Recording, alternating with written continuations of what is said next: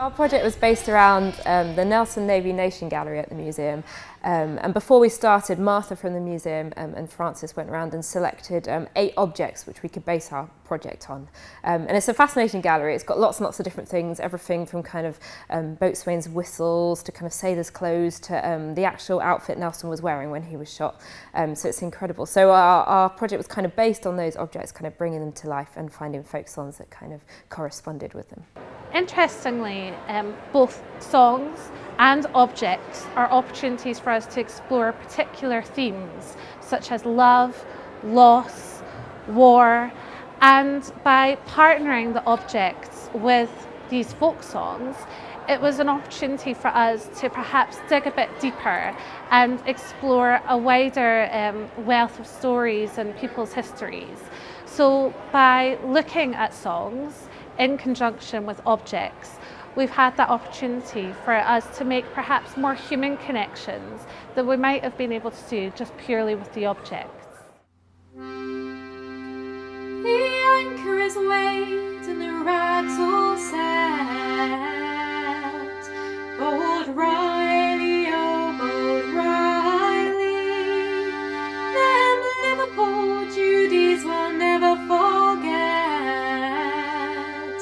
Bold Riley, oh, has gone away. Goodbye, my darling. Goodbye, my dear. Bold Riley, oh, bold Riley. Goodbye, my darling. Goodbye, my dear. Bold Riley, oh, has gone away. The rain, it is raining all the day long. I guess I was surprised to see how natural the links were between the objects within our collection and the folk songs themselves, because before we were thinking, well, how do we create a resource that spans across tangible and intangible heritage that is easy for pupils and teachers to pick up and use. But actually, when we started thinking about the resource, thinking about what we wanted to do with the resource, the songs and the objects seemed to pair very easily into clear themes, which were clear topics of study for any teacher or any pupil to use within their coursework. And I guess that was a surprise, just about the very natural links between these two different types of heritage forms. So we're lucky kind of with sailors and sea songs and the folk tradition. There are a wealth of songs about many different aspects of it. So there are a few kind of suggested things that we might like to think about before we got on board. And from there on we just kind of, looked at all of these different themes and objects and kind of just picked out different things, some from the full English resource and some songs that we already knew, and kind of also thinking about the age group, working with year 1 and year 3 and what might be accessible for them. When I was 1, I sucked my thumb the day I went to sea. I climbed on board a pirate ship and the captain said to me, we're going this way, that way, forwards and backways over the Irish Sea. A bottle of rum to fill my tum and that's the life for me. When I was 2, I buckled my shoe the day I went to sea. I climbed on board a pirate ship and the captain said to me, we're going. So the children at Invicta, they responded well to the music, but they responded particularly well to dancing and when we put actions to the music. So they liked choruses, but they found it quite difficult to, obviously because they were little, to memorise lots of words. So we used a lot of actions to kind of help them memorise the words, but also link it back to activities that would have been done on board.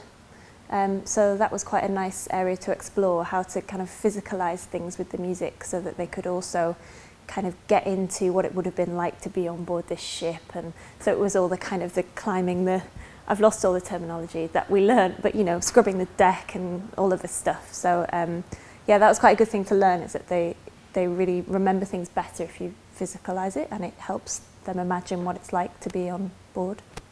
We taught A Drop of Nelson's Blood, which was a great song for rewriting because it was all about things that you miss when you're away from home. It's got, and this was primary school, so it was like Key Stage 2, so it had to be simple melodies, but it was really easy for them just to put in things that they thought they'd miss, like a hug from their mum, a cuddle from their mummy, and like a nice like hot chocolate and things like that.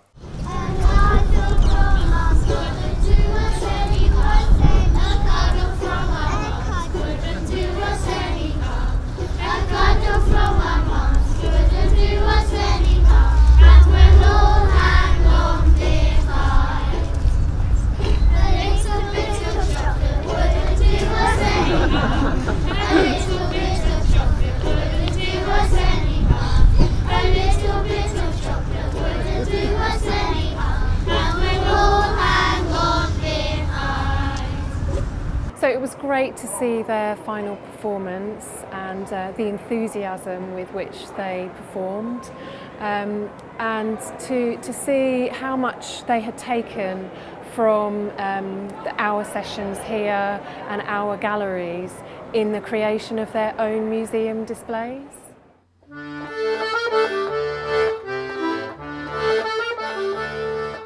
As I walked out on a London street, a press gang there I chanced to meet. They asked me if I'd join the fleet on board a man of war, boys, on board a man of war. Pray, brothers, shipmates, tell me true what sort of usage they give you, that I may know before I go on board a man of war, boys, on board a man of war. I'm going to take lots of things away from the traineeship. There are things that I learnt about planning sessions that like I say, this is partly why I wanted to do the traineeship, because I didn't really know how you go about planning workshops using this material. So I learnt a lot from Francis, who was a project coordinator, and also from Hazel and Ed, who I was working with, about how to use that material in an interesting way, and also each week to try and have a different musical skill as well as a different kind of educational activity. So it was about how do you teach the kids about the different objects, but each week give them not just another song, but maybe this song has got call and response, or this song has got actions, or so to kind of allow them to musically develop as well. At the same time that we've been working with English Folk Dance and Song Society around this primary school folk arts project, another part of our learning team has been working with dementia patients and carers to use folk song to really get dementia patients engaged in a creative way in history, being stimulated by our objects, being stimulated by folk songs.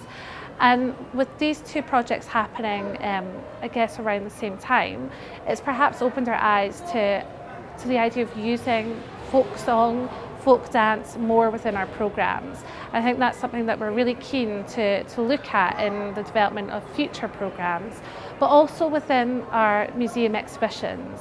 We're currently developing 4 new exhibition spaces, and we are thinking about the way in which we interpret stories and the value of using song, the value of using dance. And I think that actually it's come at a good time for us to really truly consider using folk song and dance as key interpretive methods for our collection here at the museum. So again, it will help inform our practice. We'll be bringing in lots more song and dance to our sessions, particularly those for special educational needs groups. Goodbye, my darling. Goodbye, my dear. Old Riley, old Riley. Goodbye, my darling. Goodbye, my dear. Old Riley, has gone away. The anchor is weighed and the rags all set. Bold Riley, oh bold Riley, them Liverpool duties will never fall.